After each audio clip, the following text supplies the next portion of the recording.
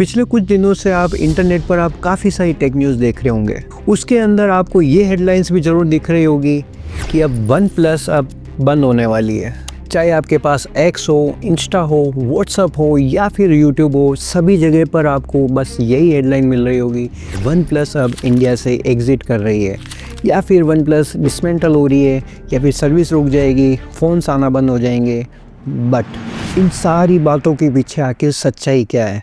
क्या सच में one plus बंद होने वाली है या फिर ये सब अफवाहें हैं? क्या आने वाले टाइम में वन प्लस भी उन ब्रांड्स की लिस्ट में शामिल हो जाएगा जो कि पास्ट में काफ़ी पॉपुलर थे बट आज के टाइम पे उनका नामो निशान नहीं है? इन सारे सवालों का जवाब इस वीडियो के एंड तक आपको मिल जाएगा। उसके पहले अपन ये जान लेते हैं कि ये बात शुरू कहाँ से हुई और आखिर ये बात इतनी वायरल कैसे हुई। इस पूरी बात की शुरुआत एक रिपोर्ट से हुई थी।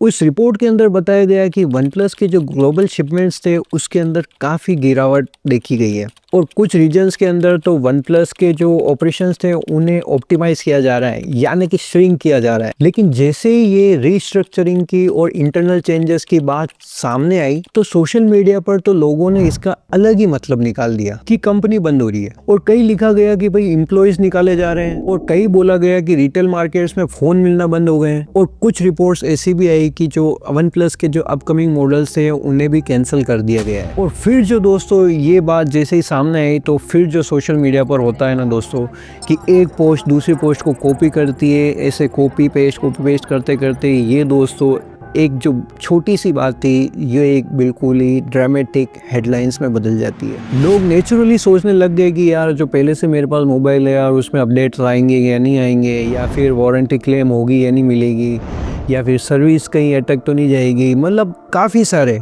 कोई वन प्लस का मोबाइल लेना चाहता है तो वो सोचने लगेगा कि भाई अब वन प्लस का मोबाइल ले या नहीं ले, सेफ है या नहीं है। लेकिन यहाँ पर सबको एक इम्पोर्टेंट बात समझने की ज़रूरत है कि कंपनी का बंद होना और कंपनी में कुछ इंटरनल चेंजेस होना, रीस्ट्रक्चरिंग होना, दोनों ही अलग अलग बातें हैं, टोटली डिफरेंट है।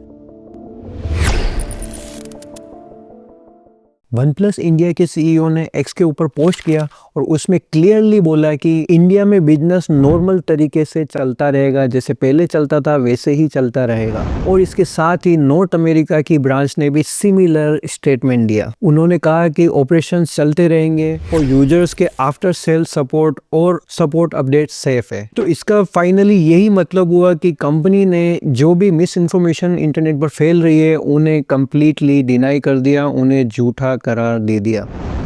तो फिर इतना कंफ्यूजन क्यों हो रहा है? ये बात इतनी वायरल कैसे हो गई और इसकी वजह से कंपनी को आकर इसके ऊपर स्टेटमेंट देना पड़ा? तो ये दोस्तों इतना वायरल इसलिए हुआ कि कंपनी कुछ और कह रही है बट मार्केट की रियलिटी कुछ और बता रही है। तो इसको मार्केट रियलिटी को अपन बिल्कुल ही डिटेल में समझते हैं। तो अब नंबर्स की बात कर लेते हैं, क्योंकि टेक्निकल होकर समझना भी ज़रूरी है, क्योंकि टेक्निकल नहीं होंगे तो भाई रियलिटी क्या है वो कैसे पता चलेगा। इंडस्ट्री डेटा के हिसाब से 2024 में वन प्लस की ग्लोबल शिपमेंट्स लगभग 17 मिलियन यूनिट से गिरकर 13 से 14 मिलियन यूनिट्स तक आ गई है, यानी कि दोस्तों लगभग 20% का ड्रॉप हुआ है, जो कि काफ़ी बड़ा नंबर है दोस्तों। ये इंडिकेशन काफ़ी क्लियरली बताता है कि वन प्लस को काफ़ी कंपटीशन फेस करना पड़ रहा है, क्योंकि आप जानते हो कि काफ़ी सारे मोबाइल्स ऐसे भी आते हैं जो काफ़ी कम कॉस्ट में अच्छी वैल्यू प्रोवाइड कर रहे हैं। तो उस जगह पर वन प्लस को सर्वाइव करने में काफ़ी मुश्किलें आ रही है। अगर मैं इंडिया जैसे मार्केट की बात करूँ तो इंडिया जो है वो वन प्लस का एक प्राइमरी रिटेल मार्केट है।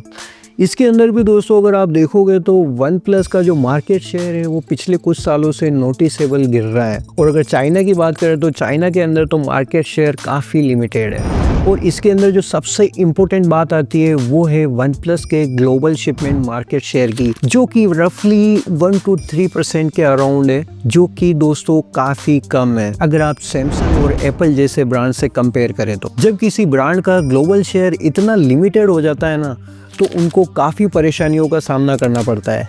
जैसे उनकी मार्केटिंग टीम हो गई, PR, R&D, इन टीम्स को मैनेज करना और रिटेल इंफ्रास्ट्रक्चर मेंटेन करना काफ़ी फाइनेंशियली चैलेंजिंग हो जाता है। इसी कॉन्टेक्स्ट में 2021 के अंदर ओप्पो ने और वन प्लस ने अपने ऑपरेशंस को क्लोजली इंटीग्रेट कर दिया था, यानी कि मर्ज कर दिया था। जैसे कि सॉफ्टवेयर और बैकएंड सिस्टम को मर्ज किया था।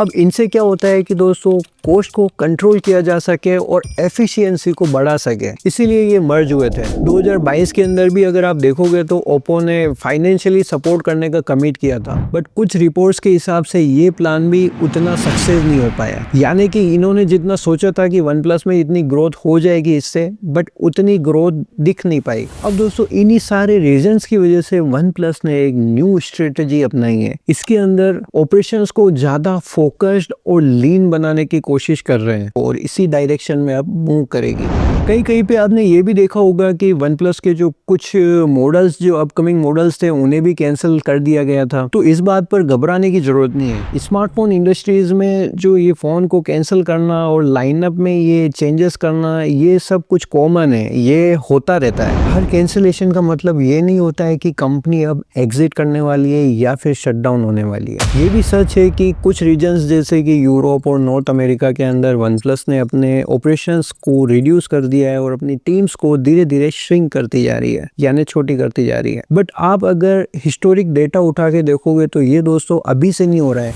ये काफ़ी टाइम से चल रहा है, काफ़ी कुछ सालों से चल रहा है कि अपनी टीम्स को ये छोटे करते जा रहे हैं और अपनी ऑपरेशंस को धीरे धीरे रिड्यूस कर रहे हैं। क्योंकि दोस्तों अगर आप USA के अंदर अगर आप देखोगे तो अब उनकी मार्केट के अंदर वन प्लस का इतना प्रेजेंस स्ट्रॉन्ग नहीं रहा है, काफ़ी वीक हो चुका है। लेकिन दोस्तों वन प्लस का जो प्राइमरी मार्केट है ना, वो दोस्तों वैसे भी इंडिया ही है, तो अपने को उसके ऊपर ज्यादा फोकस करना है। हिस्ट्री के अंदर अगर आप देखोगे तो काफी सारी पॉपुलर मोबाइल ब्रांड्स थी, जैसे कि HTC हो गया, माइक्रोमैक्स हो गया, आसूस हो गया और LG हो गया। ऐसी काफी सारी मोबाइल ब्रांड्स थी जो आई और चली गई, बिल्कुल मार्केट से एग्जिट कर लिया और गायब हो गए। हाँ, कुछ ऐसी जो कंपनियां है वो अलग अलग सेगमेंट में चली गई। तो वन प्लस की जो अभी ऐसी हालत हो रही है, तो इसका मतलब ये नहीं है कि वो भी सेम, इसका फ्यूचर भी ऐसा ही होगा और ये एग्जिट कर लेगी। देखो हाँ, ये जरूर है कि वन प्लस जो है अभी काफी कंपटीशन फेस कर रही है और ये अभी अपने बहुत ही प्रेशर फेस के अंदर से गुजर रही है। बट यहाँ पर आप ध्यान दोगे तो एक बात जरूर दिख रही होगी कि वन प्लस अपनी स्ट्रेटेजी को भी एडजस्ट कर रही है ताकि आगे और सर्वाइव कर सके, ना कि बंद होने के लिए। तो इस बात का जरूर आप सोचना। फाइनली मैं एक ही बात कहूंगा दोस्तों, डरने की बिल्कुल भी जरूरत नहीं है। वन प्लस के फोन अभी भी लॉन्च हो रहे हैं और मार्केट में बिक भी रहे हैं और उसकी सर्विसेज भी मिलती रहेगी आने वाले टाइम में। कंपनी ने ऑफिशियली इन शटडाउन्स को डिनाई किया है। मिस इन्फॉर्मेशन के ऊपर आपको बिल्कुल भी यकीन नहीं करना है। ब्रांड एग्रेसिव एक्सपेंशन मोड में नहीं है, लेकिन ब्रांड एग्जिट मोड में भी नहीं है। अगर आप नया फोन लेने का प्लान कर रहे हो तो आप वन प्लस का फोन भी कंसिडर कर सकते हो, बट प्रॉपर रिसर्च करके और प्रॉपर कंपैरिजन करके ही मोबाइल चूज करना। जो आपके लिए वैल्यू फॉर मनी हो उसे सेलेक्ट करना। टेक वर्ल्ड में हाफ इन्फॉर्मेशन होना काफी डेंजरस है, इसीलिए फैक्ट्स को समझना जरूरी है। ऐसी ही वेरीफाइड और रियल टेक फैक्ट्स को जानने के लिए हमारे चैनल को सब्सक्राइब करें और वीडियो को लाइक करें। अगर आप भी वन प्लस यूजर हो या फिर वन प्लस का मोबाइल लेना चाहते हो तो नीचे कमेंट करके जरूर बताएं।